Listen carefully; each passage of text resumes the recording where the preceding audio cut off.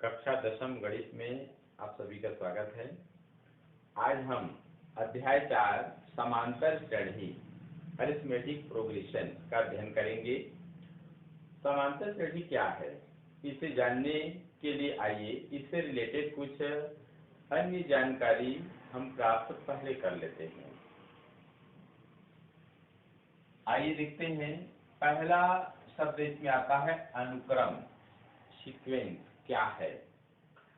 तो देखते हैं, संख्याओं का एक ऐसा समूह जिसमें संख्याओं को किसी निश्चित क्रम में एक निश्चित नियम के अनुसार रखा गया हो, अनुक्रम कहलाता है।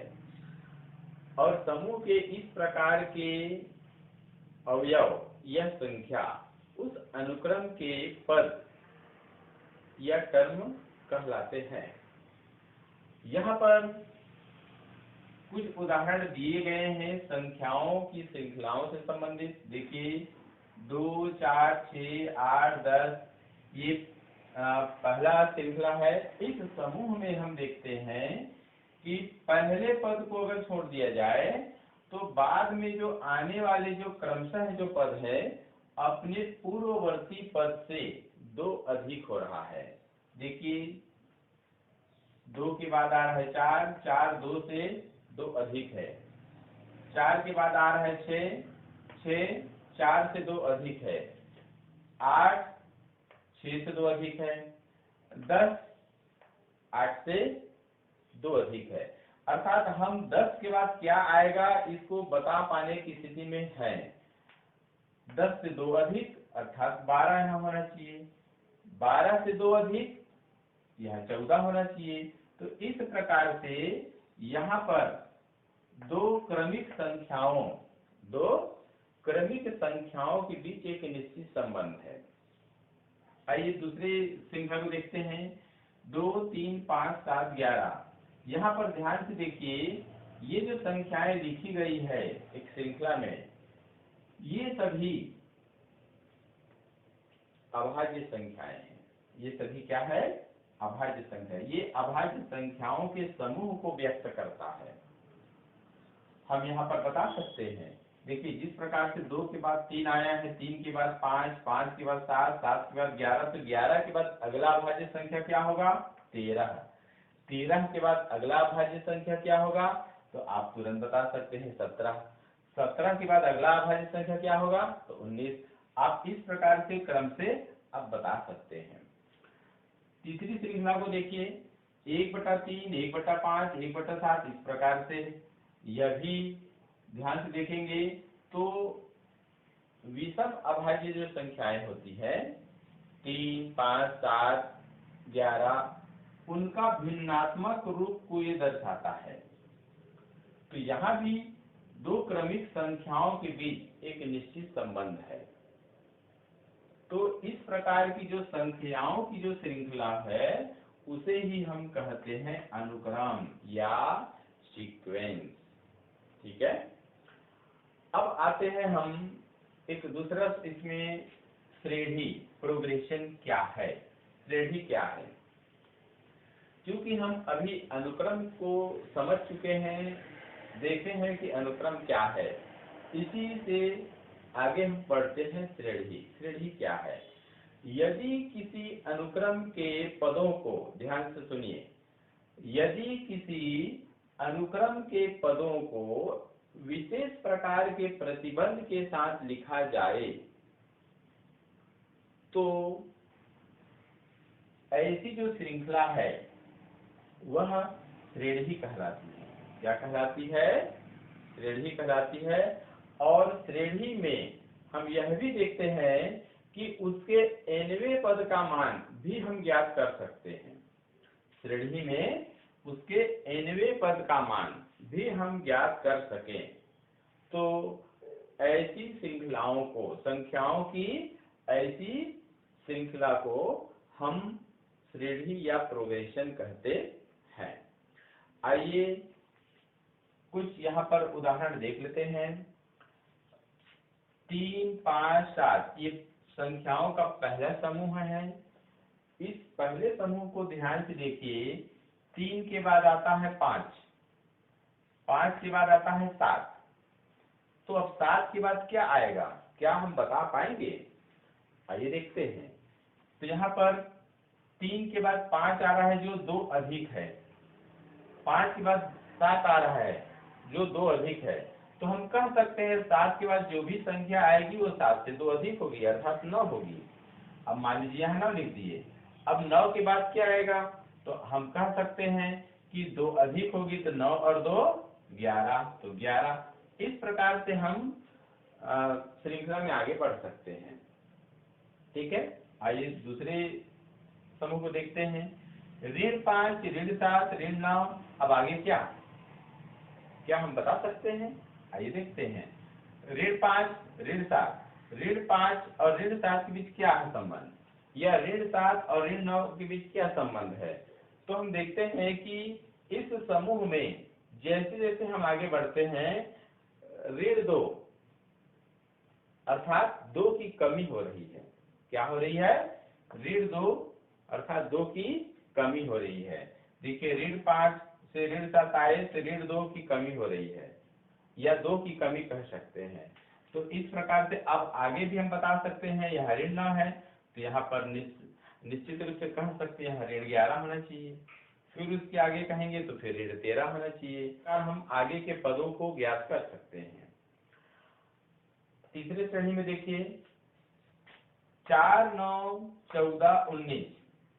यहाँ पर पहले पद के अतिरिक्त आने वाला जो भी पद है वह अपने पूर्ववर्ती पदों से 5 अधिक हो रही है ना? तो अगर हम किसी पद में अगर 5 जोड़ देते हैं तो उसका अगला जो आने वाला पद हो ज्ञात हो जाता है। अब जैसे यहाँ पर देखिए, 4 में 5 जोड़ दिए तो 9 आया, 9 में 5 जोड़ दिए 14 आया, 14 में 5 जोड़ दिए 19 आया। इसी प्रकार हम आगे इसको जोड़ के और बना सकते हैं। तो आइए देखते हैं, यहाँ पर हम देखते हैं कि प्रत्येक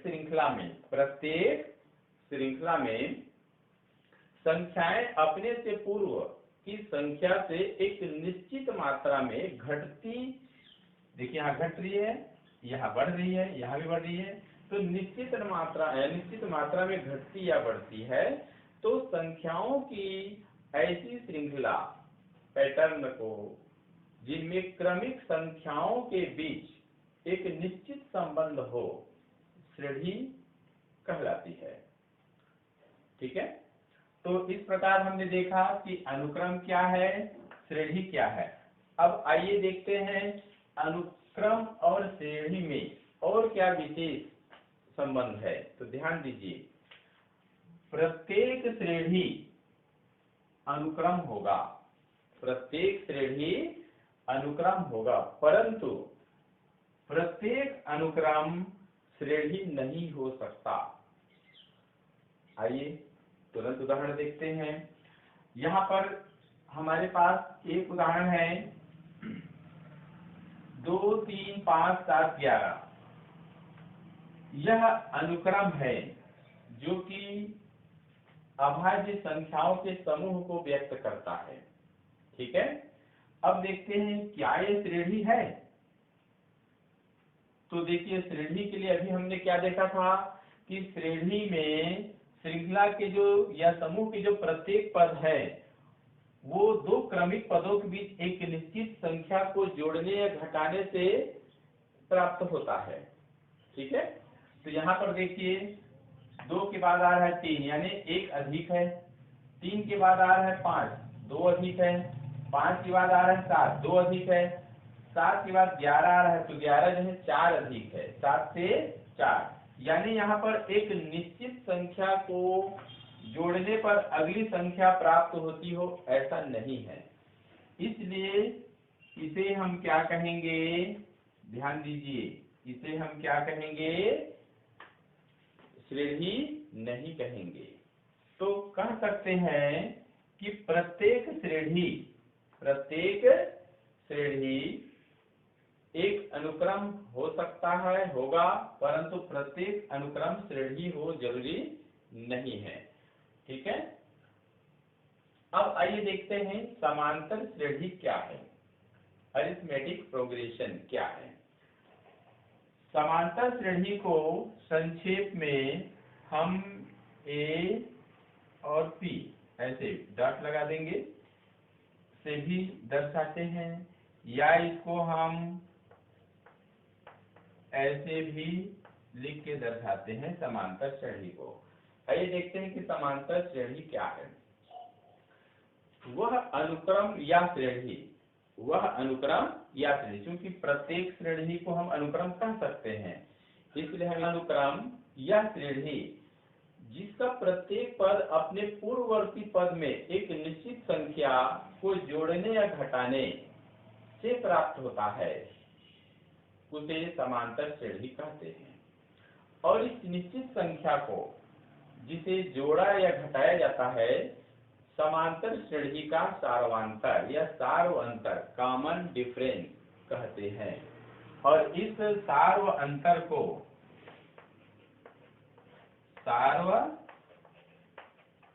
को डी से दर्शाया जाता है। ध्यान दीजिए, किसी समांतर श्रेणी का सार्व अंतर का मान धनात्मक हो सकता है, ऋणात्मक हो सकता है, शून्य भी हो सकता है, अथवा कोई भी वास्तविक संख्याएं हो सकती है। हमें इसका ध्यान रखना होगा। आइए समांतर श्रेणी से संबंधित कुछ संख्याओं के समूह को देखते हैं। पहला इसमें है 8, 13, 18, 23, इस प्रकार आगे अनंत तक बढ़ा है।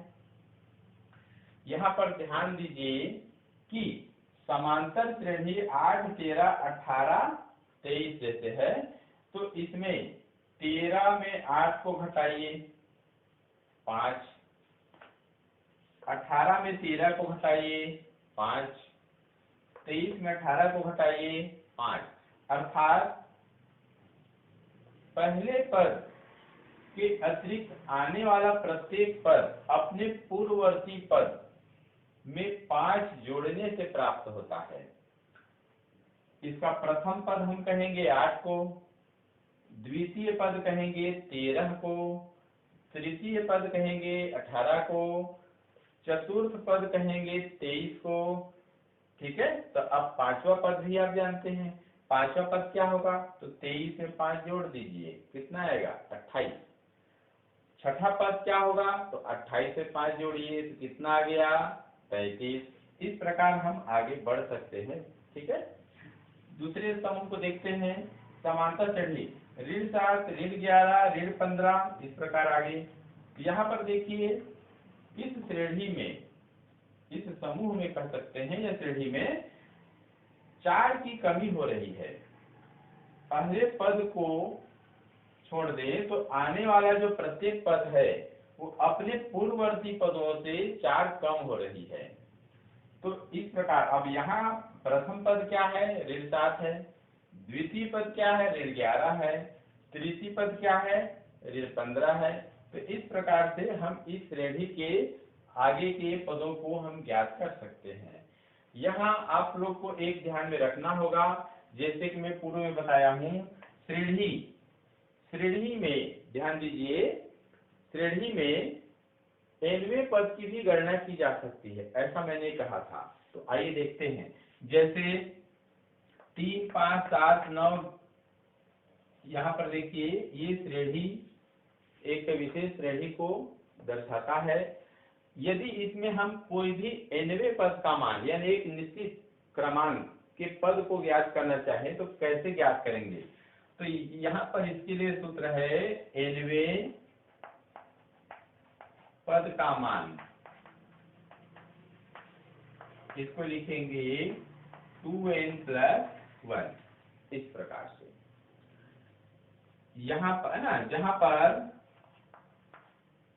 n क्या है 1, 2, 3, इस प्रकार से संख्याएं हो सकती है।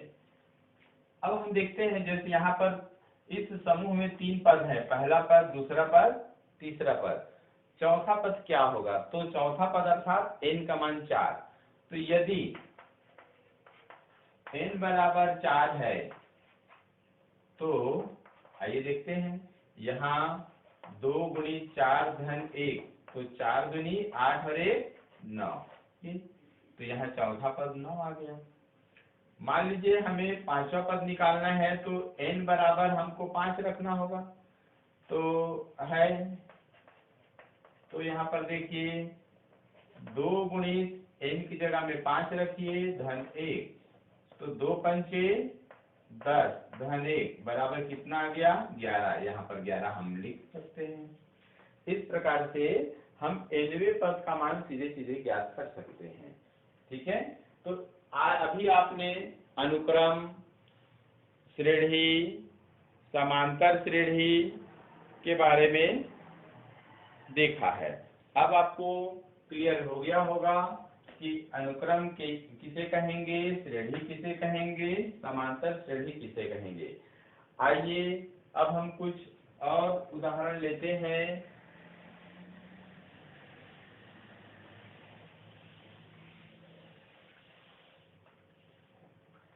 यहाँ पर संख्याओं की कुछ श्रृंखलाएं हम लिख रहे हैं और उसे पता लगाएंगे कि इनमें से समांतर श्रेणी कौन सा है। तो आइए देखिए, समांतर श्रेणी पता लगाने के लिए कुछ हम उदाहरण के रूप में कुछ संख्याओं की श्रृंखला को लेते हैं। 9 16 23 30, 9 16 23 30, इस प्रकार से देखिए। और एक श्रृंखला ले लीजिए, 0 ऋण 3 ऋण 6, इस प्रकार से आगे।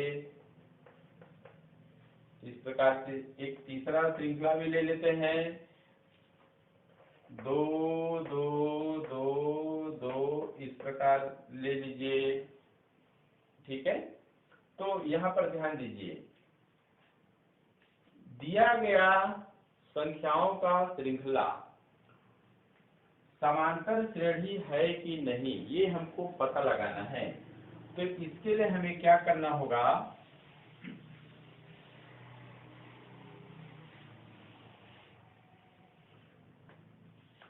दूसरे पद में पहले पद को घटाइए, तीसरे पद में दूसरे पद को घटाइए, चौथे पद में तीसरे पद को घटाइए, अर्थात 2 क्रमिक पदों का अंतर लीजिए।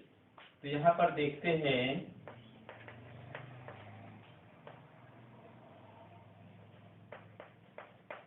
दूसरा पद ऋण पहला पद, तो दूसरा पद क्या है 16, पहला पद क्या है 9, बताइए कितना आ रहा है 7 आ रहा है, कितना आ रहा है 7। तीसरे पद में दूसरे पद को घटाइए तथा तीसरा पद ऋण दूसरा पद,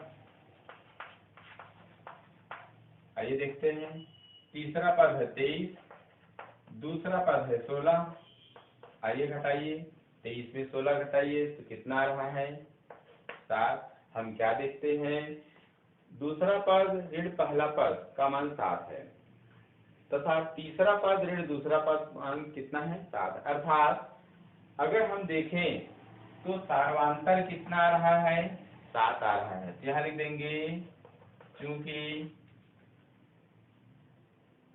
दूसरा पद ऋण पहला पद बराबर तीसरा पद ऋण दूसरा पद, और ये कितना आ रहा है, अर्थात इसको क्या बोलेंगे, अर्थात सार्व अंतर, यह सर्वांतर लिख दीजिए। कितना प्राप्त होता है 7 प्राप्त होता है। अतः यह जो संख्याओं का जो समूह है, श्रृंखला है, वो एक समांतर श्रेणी है, एक समांतर श्रेणी है। आइए इसको देखते हैं, इसमें भी वही तरीका अपना लेते हैं।